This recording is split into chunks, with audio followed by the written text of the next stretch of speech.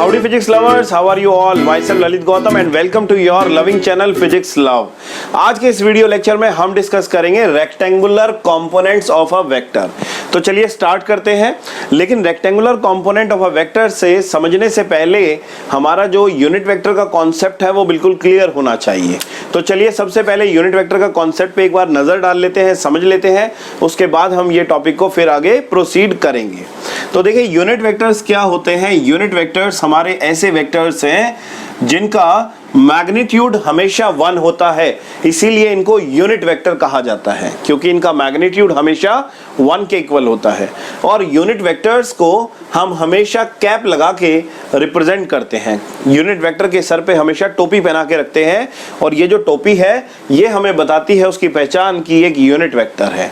और unit vector का जो मैग्नीट्यूड है उसको दिखाने के लिए हम यहाँ पर मॉड्यूलस लगा देते हैं और इसकी वैल्यू होती है 1। ठीक है। अब ऐसा वेक्टर जिसका मैग्नीट्यूड तो 1 है लेकिन डायरेक्शन क्या है, तो यूनिट वेक्टर्स का जो मेन यूज है वो यही है कि यूनिट वेक्टर की मदद से हम डायरेक्शन को इजीली रिप्रेजेंट कर सकते हैं। तो यहाँ पर कुछ स्पेशल यूनिट वेक्टर्स हैं जो कि हम डायरेक्शन के अलोंग रिप्रेजेंट करते हैं। जैसा कि हम यहाँ पर टॉपिक अभी स्टडी करेंगे रेक्टेंगुलर कंपोनेंट्स, तो हमें यहाँ पर बेसिकली 3 यूनिट वेक्टर्स की बहुत ज़्यादा जरूरत होती है। ठीक है। विदाउट यूनिट वेक्टर्स हम रेक्टेंगुलर कंपोनेंट्स को समझ नहीं सकते हैं। ये वाली जो एक्सिस है ये है एक्स एक्सिस, ये है वाई एक्सिस और ये है जेड एक्सिस। जहां पर तीनों एक्सिस में आपस में फाइट हो जाए, इंटरसेक्ट हो जाए, उस पॉइंट को हम बोलते हैं origin. X axis, Y axis, Z axis जहां पर इंटरसेक्ट हो जाए या जहां पर मिल जाए उन्हें हम बोलते हैं ओरिजिन। ठीक है। एक्स एक्सिस के अलोंग जो यूनिट वेक्टर होगा, या ये कहूं कि एक्स एक्सिस की जो डायरेक्शन है उसको जो रिप्रेजेंट करेगा, इस यूनिट वेक्टर को हम बोलते हैं आई कैप, या ये बोल सकते हैं कि i cap unit vector x axis को रिप्रेजेंट करता है। वैसे ही j cap unit vector y axis को रिप्रेजेंट करता है और के cap unit vector z axis को रिप्रेजेंट करता है। इसका मतलब ये हुआ कि सभी एक्सिस के लिए कोई ना कोई एक यूनिट वेक्टर स्पेसिफाइड है, ये फिक्स है। एक्स एक्सिस के लिए हम आई कैप यूज करेंगे, वाई एक्सिस के लिए हम जे कैप यूज करेंगे और जेड एक्सिस के लिए हम के कैप यूज करेंगे। तो जब किसी के साथ भी, जैसे मान लीजिए मैंने लिखा वेक्टर ए और मैं ऐसा लिखता हूं वेक्टर ए का मॉड्यूलस और उसके साथ में मैंने लिखा आई कैप, तो इससे आपको आइडिया हो जाएगा कि ये जो मॉड्यूलस है ये बता रहा है मैग्नीट्यूड ऑफ वेक्टर ए। इसका मतलब है magnitude of vector A and I cap is the direction. I cap is the direction, which direction? Along X axis. Okay. अगर मैं ऐसा लिख दूं vector A is equal to modulus of A, magnitude of vector A J cap. अब इस case में क्या हुआ कि वेक्टर ए का मैग्नीट्यूड तो ए है और उसकी डायरेक्शन क्या है? Along Y axis. अगर के कैप लगा देंगे तो अलोंग जेड एक्सिस। ठीक है। आई कैप, जे कैप और के कैप ये तीनों ही वेक्टर एक दूसरे के म्यूचुअली परपेंडिकुलर होते हैं। इनके बीच में अगर हम एंगल देखें तो इनके बीच में 90 डिग्री का एंगल बनता है। ठीक है। और आई कैप, जे कैप और के कैप यूनिट वेक्टर को कंबाइंड में हम क्या बोलते हैं? Orthogonal triad. Orthogonal triad are I cap, J cap and K cap unit vectors which represents directions or mutually perpendicular directions along x axis, y axis and z axis। तो ये था unit vector का basic. अब हम topic start करते हैं rectangular components of a vector.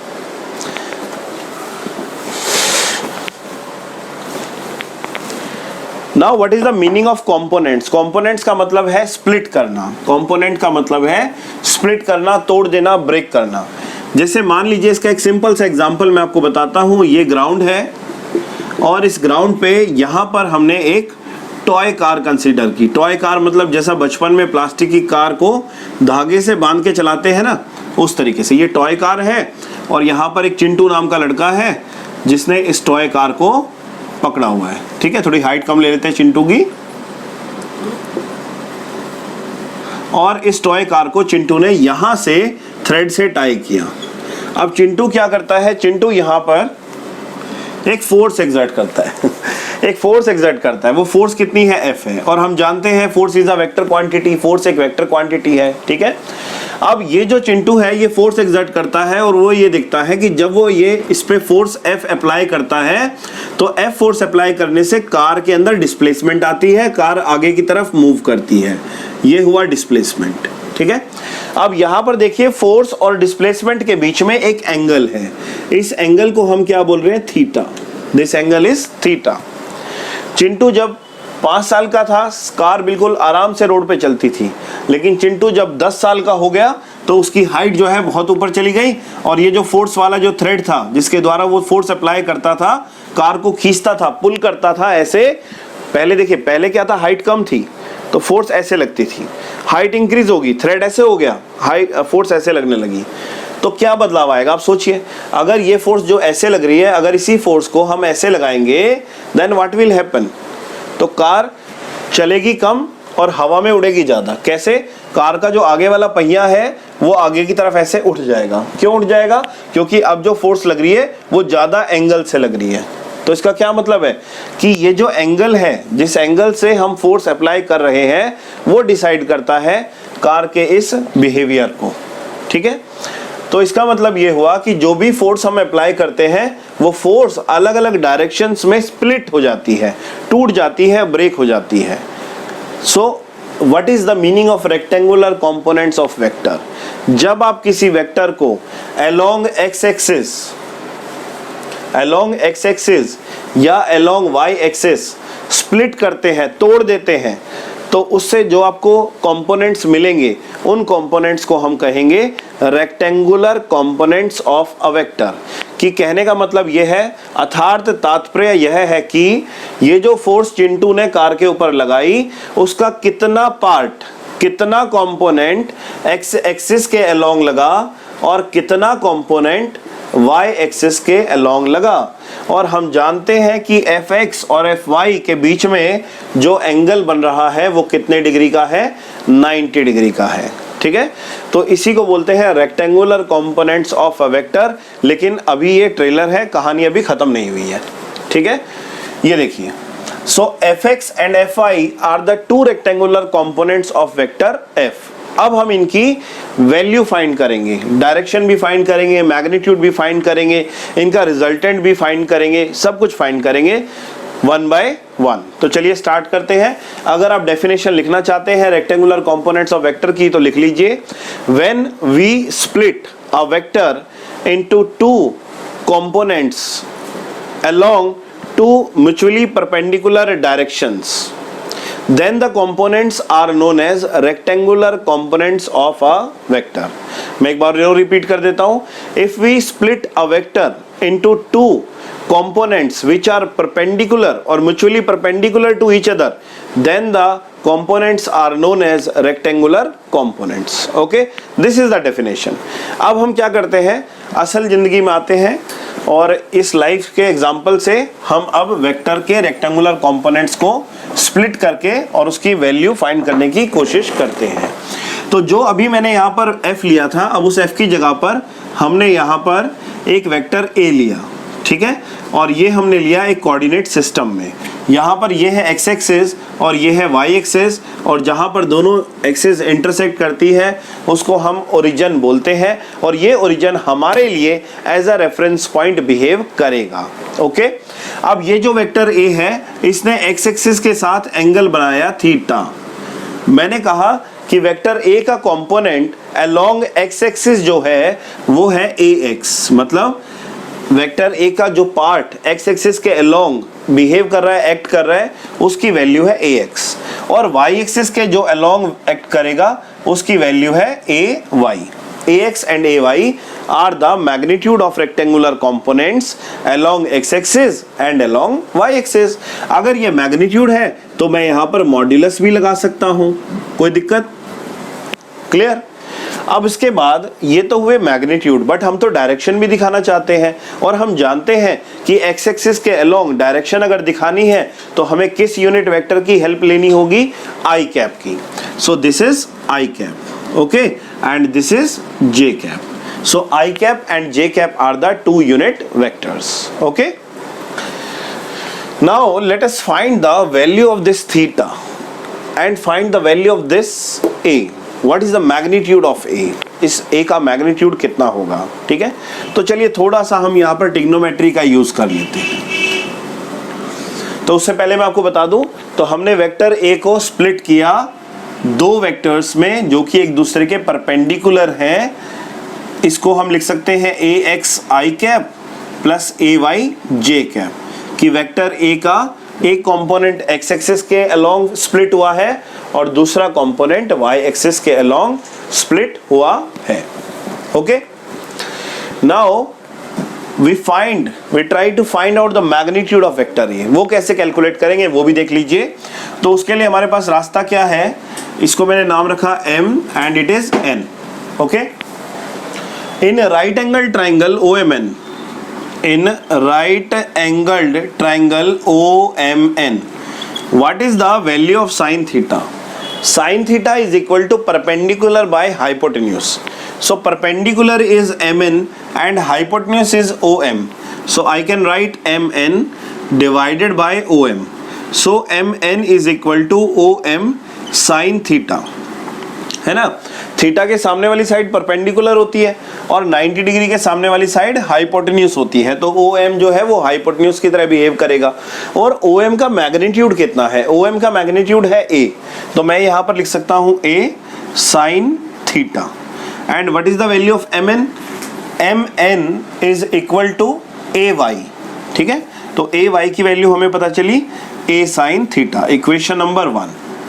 Similarly हम यहाँ से cos थीटा भी निकाल सकते हैं। अब cos थीटा क्या होगा, बेस अपॉन हाइपोटेन्यूज। बेस कितना है ON एंड हाइपोटेन्यूज कितना है OM। सो मैं यहाँ पर लिख सकता हूँ ON is equal to OM cos theta. Now what is ON? ON is AX and OM is A cos theta. So यहाँ पर देखिए हमने AX और AY दोनों का magnitude in terms of theta find कर लिया।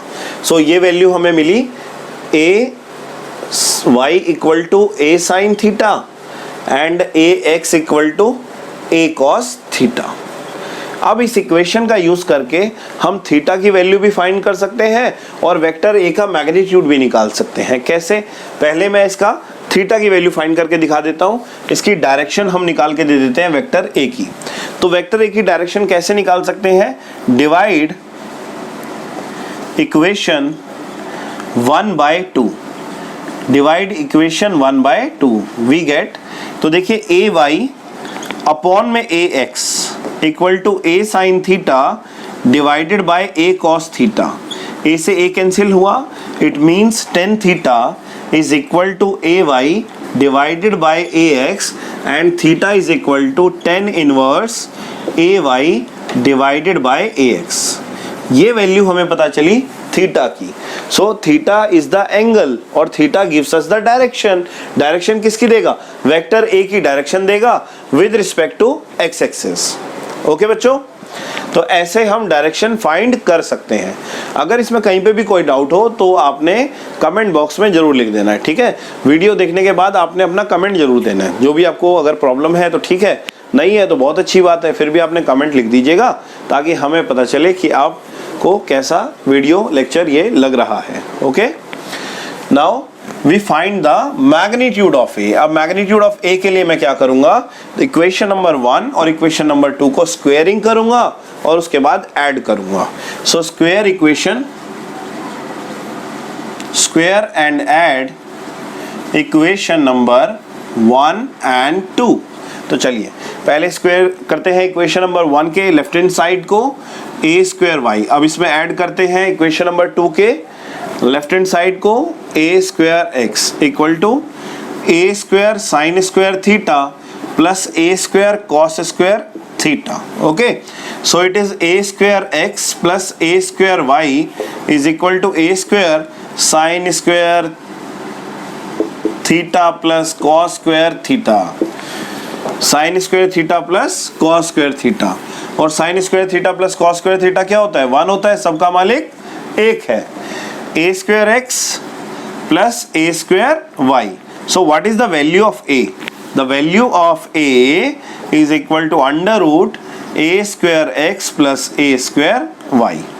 So this is the magnitude of vector ए। वैसे हम ये पैरेललोग्राम लॉ वेक्टर एडिशन का जो रिजल्टेंट का फॉर्मूला था उससे भी निकाल सकते थे, A square x plus A square y plus 2ab ax ay cos 90 degree and cos 90 is 0। तो हमने मैग्नीट्यूड भी फाइंड किया और डायरेक्शन भी फाइंड की।